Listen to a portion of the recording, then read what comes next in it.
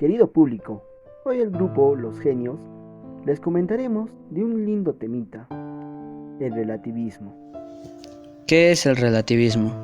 El relativismo es una corriente de pensamiento que cuestiona las verdades universales del hombre, haciendo que el conocimiento sea subjetivo. Algunos representantes que tenemos son Protágoras, Gorgias y Nietzsche. El relativismo considera que la verdad depende o está en relación con el sujeto que la experimenta. Es el concepto que sostiene que los puntos de vista no tienen verdad ni validez universal. El relativismo aparece cuando además decimos que dichas opiniones son verdaderas, si a las personas que las defienden les parecen verdaderas.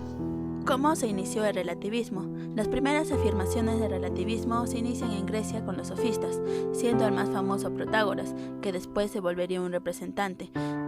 Con su expresión, el hombre es la medida de todas las cosas, y fue desarrollado 2100 años después por Descartes. Subraya la dependencia de factores externos, como tal considera la influencia del medio, del espíritu, del tiempo, etc. Es decir, que el ambiente mismo tiene relación con el desarrollo del relativismo. Gnoseología. Proviene del latín gnosis, que es conocimiento, y logos, que es teoría. También se le denomina como la teoría del conocimiento, ya que estudia el problema del conocimiento humano en general, y ésta se refleja en la concordancia del pensamiento entre el sujeto y el objeto. Relativismo individual. Es un tipo de relativismo moral que sostiene que las normas morales son fruto de la conveniencia individual. Cada uno determina qué es lo bueno y qué es lo malo, en razón de su propia conveniencia o utilidad en cada momento. Ejemplo, la verdad respecto a una creencia como por ejemplo la religión varían según la persona. Relativismo cognitivo. Afirma que toda la verdad es relativa. Además, ningún sistema epistemológico es superior a otro para validar conocimiento verídico, lo cual conlleva que no haya una verdad absoluta o verdades universalmente válidas, y genera existencia de diferencias en perspectivas de una persona o grupo, dependiendo de sus condiciones y contextos.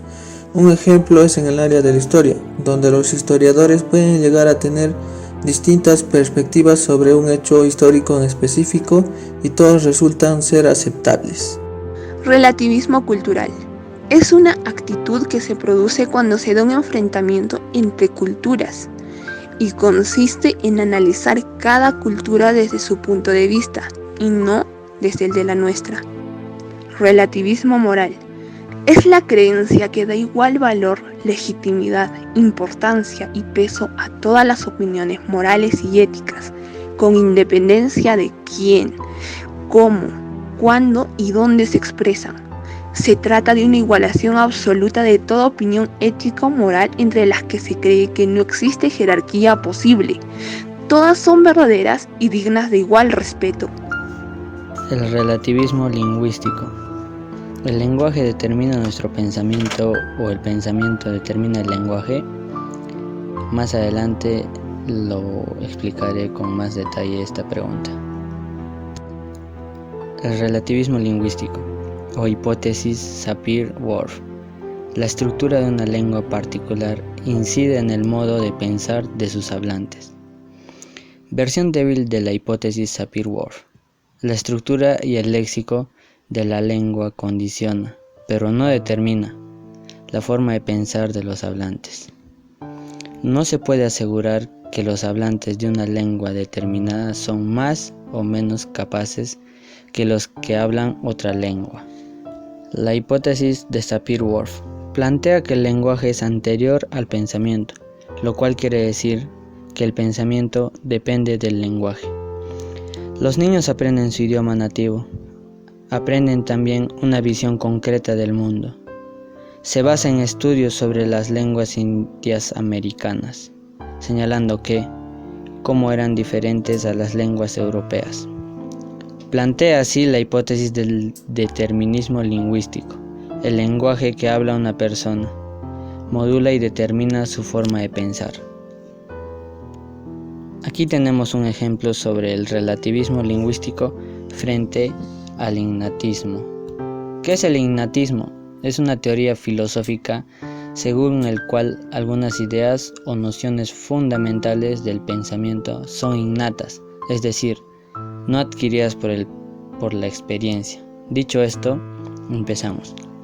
En el relativismo, no todas las lenguas segmentan la realidad de la misma manera. En el innatismo, tenemos una predisposición innata para el lenguaje. En el relativismo, las lenguas determinan nuestra concepción del mundo, y en el innatismo, poseemos de forma innata los mecanismos para crear y valorar oraciones gramaticales. También entre los tipos de relativismo encontramos el relativismo de grupo, que nos dice que la verdad es relativa o depende de cada grupo. A su vez se divide en 4 subgrupos, por civilización, por clase social, por sexo o por edad. Comenzando con el relativismo de civilización, que nos dice que es el punto de vista que considera que toda verdad ética o moral depende del contexto cultural en el que es considerada. También sostiene que no existen normas éticas universales, es decir, que las mismas normas morales que aplican en un país o una determinada cultura no aplicarán también a otra. Un ejemplo de relativismo de civilización podría ser la ingesta de alcohol, que se bebe en cumpleaños u otras celebraciones. En cambio, en otras culturas o países está prohibido por motivos religiosos u otras circunstancias. Otro ejemplo sería la poligamía, que en nuestro país, por ejemplo, está mal visto que un hombre tenga muchas mujeres por esposa, pero en lugares como Afganistán, Argelia o Benín es moralmente permitido. Relativismo grupal de clase social. En este tipo de relativismo grupal se maneja la verdad como relativa dependiendo a las clases sociales. Hay tantas verdades como clases sociales, por ejemplo la clase pudiente, la clase media y la clase baja, entre otros.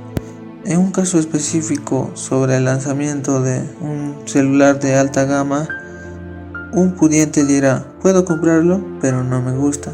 Mientras tanto, una persona de clase media dirá, tengo el dinero suficiente para comprarlo.